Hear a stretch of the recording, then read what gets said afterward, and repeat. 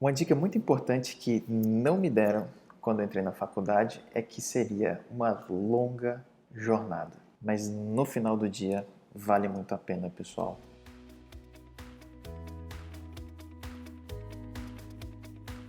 Olá pessoal, tudo bem? Meu nome é Felipe Marques, eu sou médico pneumologista, sou subespecialista em terapia intensiva e doenças pulmonares raras, que a gente chama de doença pulmonar intersticial. Uma dica importante que eu não recebi e gostaria de ter recebido é: a jornada é longa, é muito cansativa, mas no final do dia vale muito a pena, pessoal. Então, essa foi uma dica que eu não recebi, mas eu aprendi que apesar de longos anos, seja da sua carreira na residência, em pós-graduação, até mesmo fora desses dois contextos, a gente precisa ter muita resiliência para estudar, se adaptar, entender o paciente, entender os familiares do paciente. Tem que ter jogo de cintura, tem que ter muita empatia, porque não é fácil lidar com sofrimento, com aflição alheia. Então essa é uma dica que não me deram, mas eu acho que eu aprendi ao longo de pouco mais de 10 anos de carreira. Agora, uma coisa que poderia ter me ajudado bastante é se no passado alguém tivesse falado, principalmente pessoas mais velhas, mais maduras, falasse: Felipe, vem cá, o que você quer da sua vida?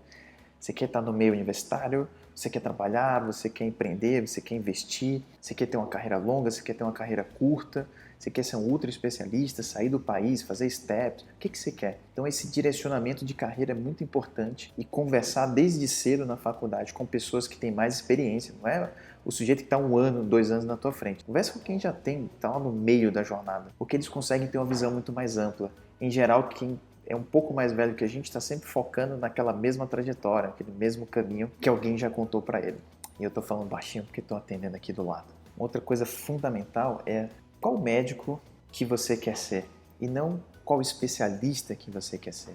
Porque médico é uma visão, é um modelo muito mais amplo do que o especialista. Não adianta você ser um baita cardiologista, um baita pneumologista, reumatologista e de repente não saber tratar o paciente, não saber tratar a família do paciente, não ter compaixão com as pessoas, principalmente nessa jornada do tratamento da doença, da mitigação do impacto da doença na vida dessas pessoas. Portanto, eu me preocupo muito menos por quem que é o especialista, mas quem que é o médico por trás daquela especialidade. Então a gente precisa aprender isso. Não adianta ter tanta hard skills, quer dizer, você ter uma baita preparação, décadas de preparação e não saber conversar com o paciente, não saber transformar toda aquela informação em algo palatável e algo que no final do dia você precisa convencer seu paciente de algo.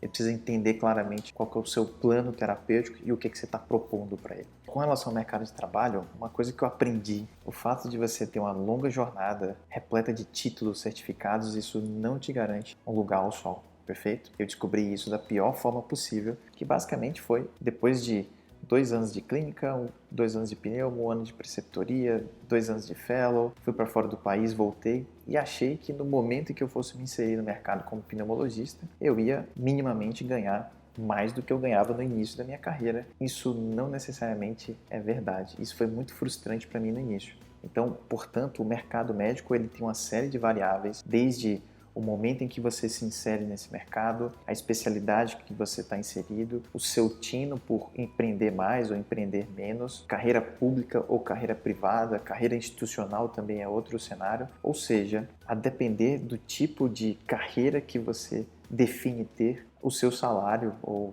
pelo menos o patamar que você almeja do ponto de vista financeiro, ele pode sofrer sérias repercussões. Então não ache que fazer residência te garante algo, não ache que fazer pós-graduação é a direção contrária, não te garante.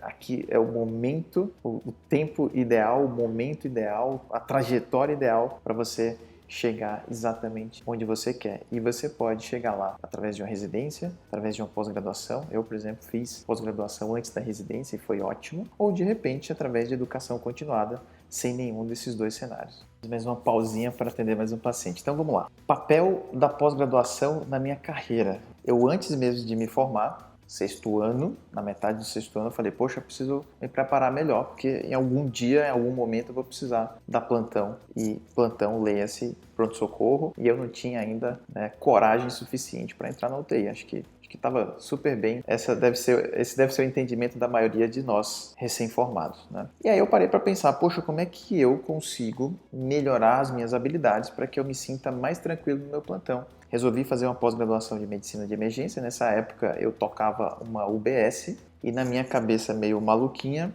eu resolvi 6 meses depois fazer uma pós de terapia intensiva, então eu levei as duas com muita dificuldade, porque às vezes colidia, né?